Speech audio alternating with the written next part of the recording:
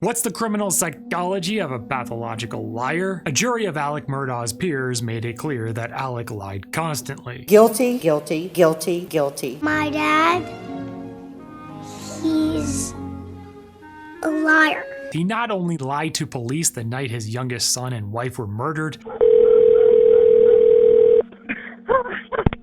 County 911, where's your emergency? This is Alec Murdaugh at 4147 Moselle Road. I need the police to answer immediately. My wife and child just got badly. I knew they had been down here before I left to go to my mom's. I knew she'd gone to the kennel. I was at the house. I stayed in the house. Maggie and Paul went to the kennels. I stayed on the couch and I dozed off.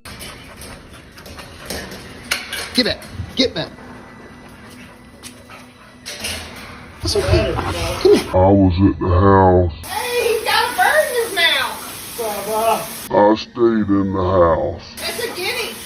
This is a chicken.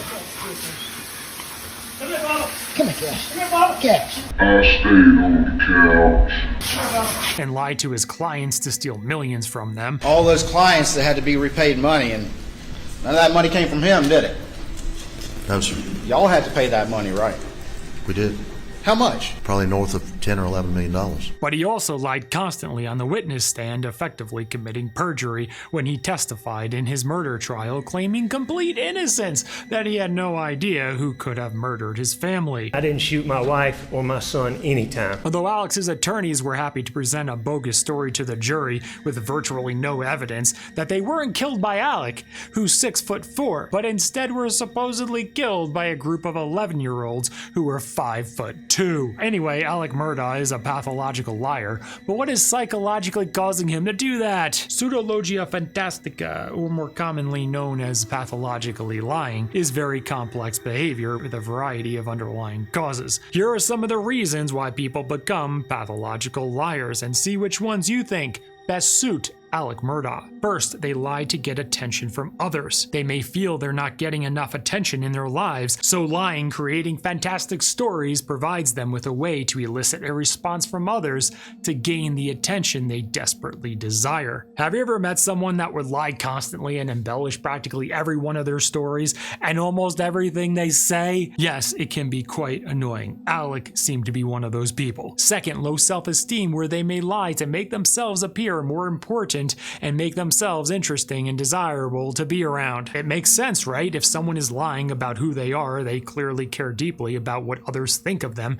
indicating low self-esteem. Many times they are ashamed of who they are because they usually feel they are not enough without feeling the security blanket of lying to mask who they actually are. It may feel good at the moment to make someone think extremely highly of them, but when that moment passes and reality sets in, they sometimes start to feel even worse. However, what helps to boost their self-esteem right back up? You guessed it, lying again. It creates a vicious downward cycle to be more and more deceptive, to feel less insecure with who they really are. Third, they may lie without fully recognizing the consequences of their actions, since their personality is often impulsive and their behavior reckless. They may feel compelled by the thrill of lying in the moment without thinking through the potential harm that their lies may cause. Fourth, certain mental health conditions such as borderline narcissistic and antisocial personality disorders may result in pathological lying. We'll discuss more on that soon. 5, lying becomes a habit to cope with stress or difficult situations, and the habit is reinforced because they are rewarded, sometimes even monetarily,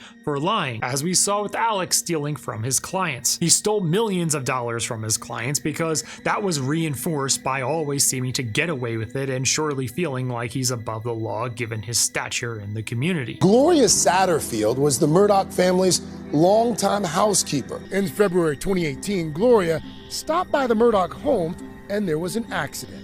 What were you told? She had felt that she was tripped by the dogs. At her funeral, Alec Murdaugh pulled him aside and said he would make sure Tony and his brother got an insurance settlement for the accident. But 3 years went by. No money came their way. How much money did the family get after Gloria died? Zero. They hired lawyers to investigate and discovered something startling. The actual insurance settlement for Gloria Satterfield's death totaled $4.3 million.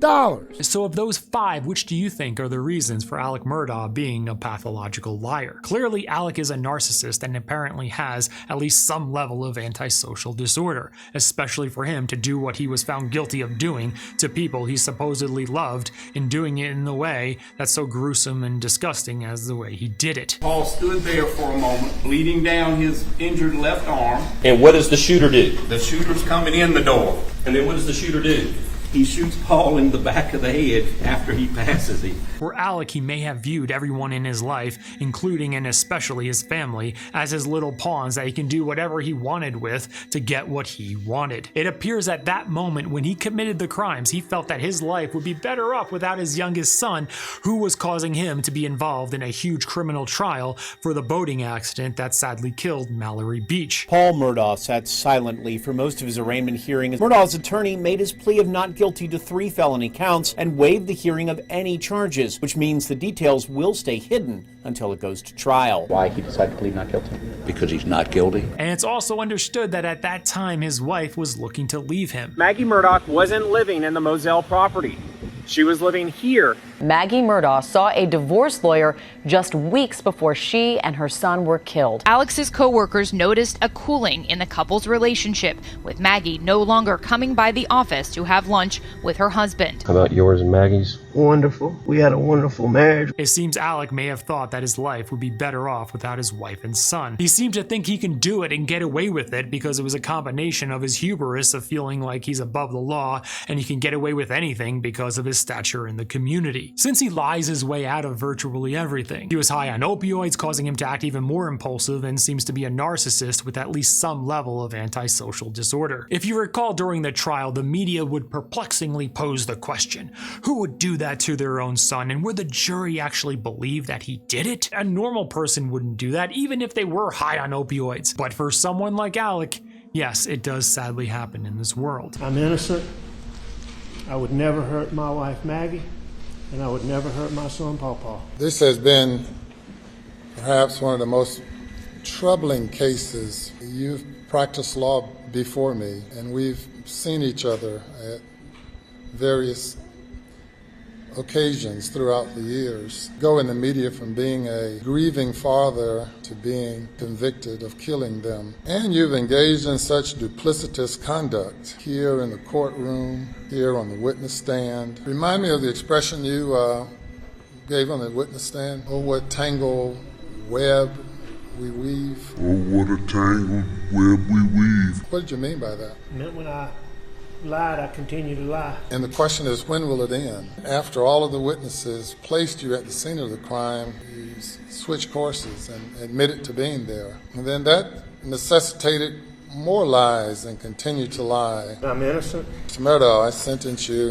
in the murder of your wife, Maggie Murdaugh, term of the rest of your natural life. For the murder of Paul, I sentence you to prison for the rest of your natural life. Those sentences will run consecutive. That is the sentence of the court, and you are remanded to the State Department of Corrections. I think we're all glad the jury saw right through Alex's apparent pathological lying, and his criminal lies finally caught up with him. Now in the comments, have you ever met a pathological liar, and what were they like?